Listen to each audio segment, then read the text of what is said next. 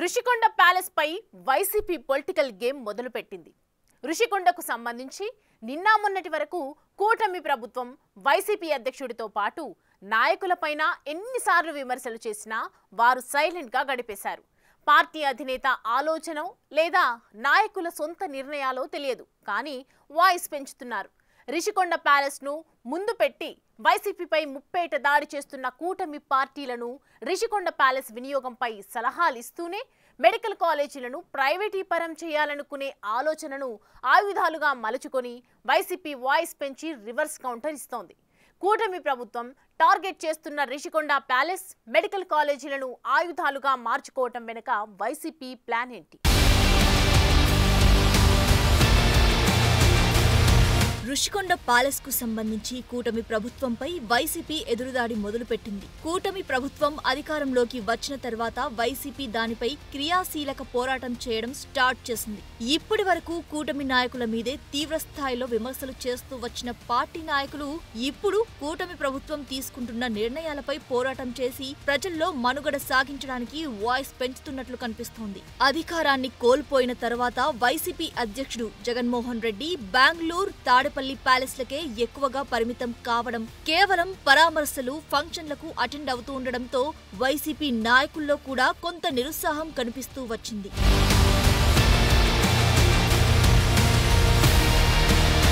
ఇలాగే ఉంటే మళ్లీ వైసీపీ పార్టీని 2019 నాటికి ముందు ఉన్నట్లు లైన్లో పెట్టడం కష్టమనుకున్నారో ఏమో తెలియదు గాని కూటమి ప్రభుత్వం తీసుకుంటున్న నిర్ణయాలపై వాయిస్ పెంచి యుద్ధం ప్రకటిస్తున్నట్లు వైసీపీ చేపడుతున్న ఆందోళన బట్టి తెలుస్తోంది.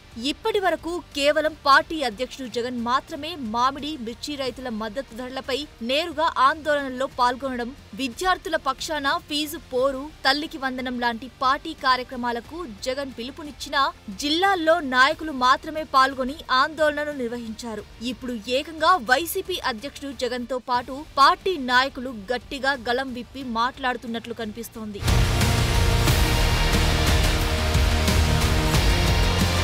ముఖ్యంగా కూటమి ప్రభుత్వం అధికారంలోకి వచ్చిన తర్వాత ఏపీ ఆర్థిక రాజధాని విశాఖలో గత ప్రభుత్వ హయాంలో నిర్మించిన రుషికొండ ప్యాలెస్ నిర్మాణాలను ఎత్తిచూపుతూ కూటమి నేతలు తీవ్ర స్థాయిలో వైసీపీ అధ్యక్షుడు జగన్ పైన, పార్టీ నాయకులపైన విమర్శలు చేస్తూనే వస్తున్నారు. కూటమి అధికారంలోకి వచ్చి ఏడాదిన్నర గడుస్తున్నా ఇప్పటికీ కూడా రిషికొండ ప్యాలెస్ పై కూటమి నాయకులు తీవ్ర స్థాయిలో విమర్శలు చేస్తున్నా ఇప్పటి వరకు వైసీపీలో ఏ ఒక్కరు కూడా గట్టిగా వాయిస్ వినిపించి తిప్పుకొట్టే ప్రయత్నం చేయలేదు.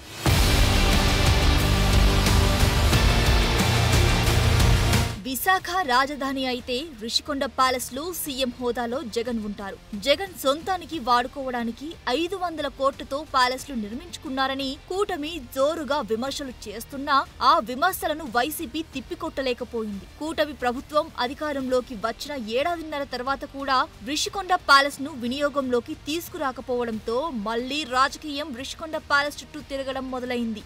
ఇప్పటికే రిషికొండ ప్యాలెస్ ను CM Chandrababu, deputy CM Pawan Kalyan పరిశీలించారు. రెండోసారి రిషికొండ భవనాలను పరిశీలించిన డిప్యూటీ సీఎం పవన్ కళ్యాణ్ నిర్మాణంలో లోపాలు ఉన్నాయని, నాణ్యత లేకపోవడంతో భవనాలు పెచ్చులు ఊడిపోతున్నాయని తీవ్ర స్థాయిలో విమర్శలు చేయడంతో మళ్లీ రిషికొండ రాజకీయం ఏపీ రాజకీయాల్లో మొదలైంది.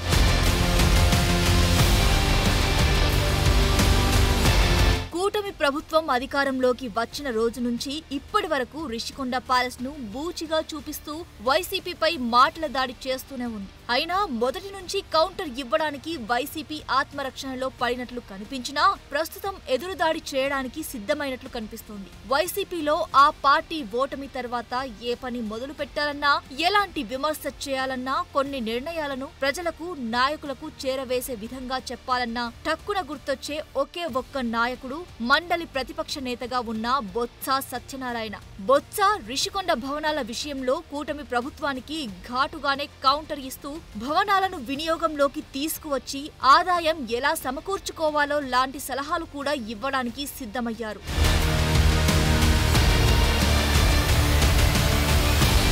Deputy CM Pawan Kalyan Rishikonda palace ను రెండోసారి పరిశీలించి అధికారులతో రివ్యూ నిర్వహించిన తర్వాత ప్రభుత్వానికి రిషికొండ ప్యాలెస్ వినియోగంలోకి తీసుకురావడంపై కొన్ని సిఫార్సులు కూడా చేశారు. ఇలా పవన్ కళ్యాణ్ రిషికొండ భవనాలను పరిశీలించి పెచ్చులు ఊడిపోతున్నాయి అని విమర్శలు చేశారో లేదో క్షణాల్లో రాష్ట్ర ప్రభుత్వం రిషికొండ భవనాలను వినియోగంలోకి తీసుకురావడానికి 3 మంత్రులతో కూడిన ఉపసంఘాన్ని నియమించి 2 నెలల్లో నిర్ణయం తీసుకుంటామని ప్రకటన చేయడంతో పాటు అసెంబ్లీలో చర్చించిన ఏక నిర్ణయం తీసుకుంటామని చెప్పేసింది.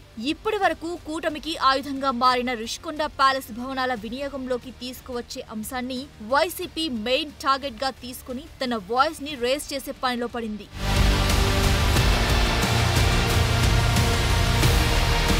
అధికార ప్రతిపక్ష పార్టీల మధ్య రిషికొండ ప్యాలెస్ ని ఎలా వినియోగంలోకి తీసుకురావాలనే అంశంపై తీవ్ర స్థాయిలో విమర్శల పర్వం కొనసాగుతున్న తరుణంలో గోవా గవర్నర్ పూసపాటి అశోక్ గజపతిరాజు రిషికొండ ప్యాలెస్ ను మెంటల్ హాస్పిటల్ గా మారిస్తే బెటర్ అనే సూచన చేశారు. 450 కోట్లతో నిర్మించిన భవనాలు వృధాగా వదిలేసే బదులు మెంటల్ హాస్పిటల్ గా మార్చి రిషికొండ ప్యాలెస్ ను నిర్మించిన వాళ్లను దానిలో ఉంచితే సరిపోతుందని రాజకీయ విమర్శలు చేశారు. జగన్ ఆ భవనాలను నిర్మించే బదులు ఉత్తరాంధ్రలో సుజల స్రవంతి పథకం పూర్తి చేసి ఉంటే ప్రజలకు మంచినీటిని అందించే అవకాశం ఉండేదని, కానీ గత ప్రభుత్వం అలా చేయలేదని అశోక్ గజపతిరాజు మండిపడ్డారు.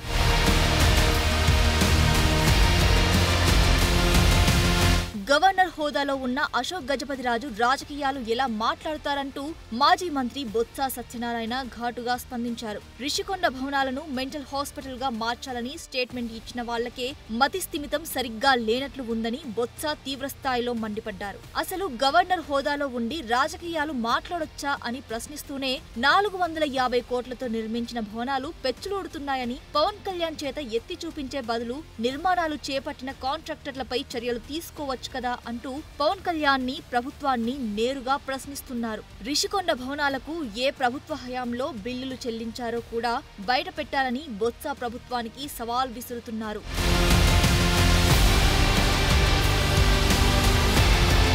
కూటమి అధికారంలోకి వచ్చిన రోజు నుంచి ఇప్పటి వరకు రిషికొండ భవనాలను ఎలా వినియోగంలోకి తీసుకురావాలో అర్థం కావడం లేదని ప్రభుత్వ పెద్దలు అంటున్నారు. ఆ క్రమంలో ప్రభుత్వానికి బొత్స సత్యనారాయణ ఓ ఉచిత సలహా కూడా ఇచ్చారు. రిషికొండ భవనాలను ఖాళీగా ఉంచే బదులు డెస్టినేషన్ వెడ్డింగ్స్ కి ఇస్తే సంవత్సరానికి 25 కోట్ల రూపాయలు ఆదాయం వచ్చే అవకాశం ఉందని, ప్రభుత్వం ఆ నిర్ణయం ఎందుకు తీసుకోవడం లేదని వాయిస్ పెంచి మరీ ప్రశ్నిస్తున్నారు. కూటమి ప్రభుత్వం ఇలాంటి నిర్ణయం తీసుకుంటే ఇతర రాష్ట్రాలకు వెళ్లి డెస్టినేషన్ మ్యారేజ్ చేసుకునే ఎంతో మంది రిషికొండ ప్యాలెస్ పై ఫంక్షన్లు చేసుకోవడం వల్ల భారీగా ఆదాయం వస్తుంది అని, ప్రతి సంవత్సరం రిసార్ట్స్ నుండి 8 కోట్ల ఆదాయం వచ్చేది అని పదే పదే చెప్పే కూటమి ప్రభుత్వం తాను ఇచ్చే సలహాలు పాటిస్తే 25 కోట్ల ఆదాయం వస్తుందని సలహాతో ప్రభుత్వ విమర్శలకు ఘాటుగా రిప్లై ఇస్తున్నారు.